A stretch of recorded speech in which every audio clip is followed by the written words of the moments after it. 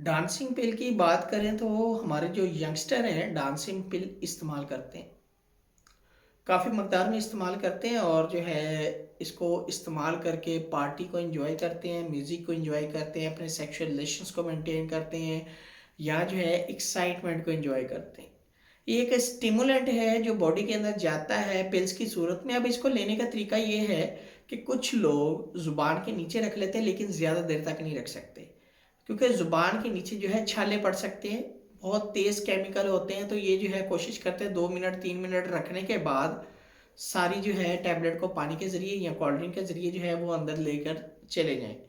अच्छा, कुछ इस तरह के जो है माहिर लोग होते हैं कि एक टैबलेट तो वो ज़ुबान के नीचे रख लेते हैं, दूसरी टैबलेट जो है वो कोल्ड ड्रिंक के अंदर मिक्स करके हल्की सी, जिस तरह हम जो है अक्सर पानी जो है हाफ गिलास पानी के अंदर डिस्प्रिन की गोलियां जो है वो मिक्स कर रहे होते हैं, इसी तरह ये लोग मिक्स करते हैं कोल्ड ड्रिंक। कोल्ड ड्रिंक कोई भी हो सकती है, कोक, स्प्राइट, स्टिंग या जो है कोई एनर्जी ड्रिंक भी हो सकती है। तो जो है उनमें मिक्स मिक्स करके जो है छोटा छोटा सिप लेते हैं और जो है मज़े जो है वो उठा रहे होते हैं।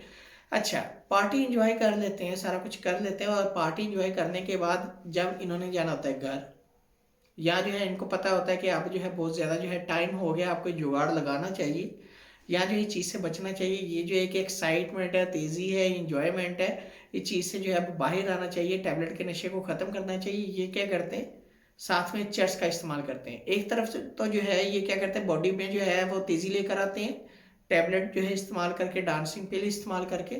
दूसरी तरफ जो है ये चर्च का इस्तेमाल करते हैं काम डाउन करने के लिए, रिलैक्स करने के लिए बॉडी के मैकेनिज्म को।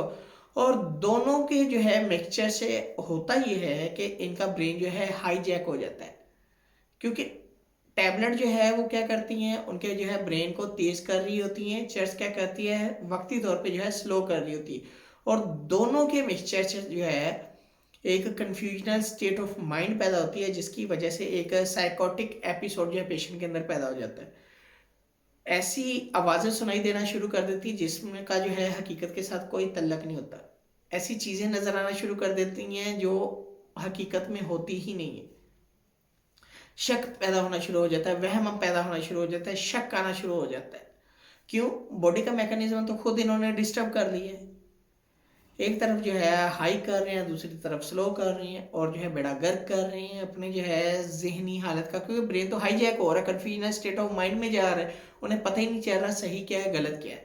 उनकी सोचने समझने की सलाहियत मुतासर हो जाती है, और जब सोचने समझने की सलाहियत मुतासर होगी तो जाहिर सी बात है फिर हम उससे बेहतर जानते हैं कि आपके साथ क्या हो सकता है। तो इस तरह के जो एक्सपेरिमेंट आप अपनी बॉडी के ऊपर करते हैं ना, ये ना किया करें।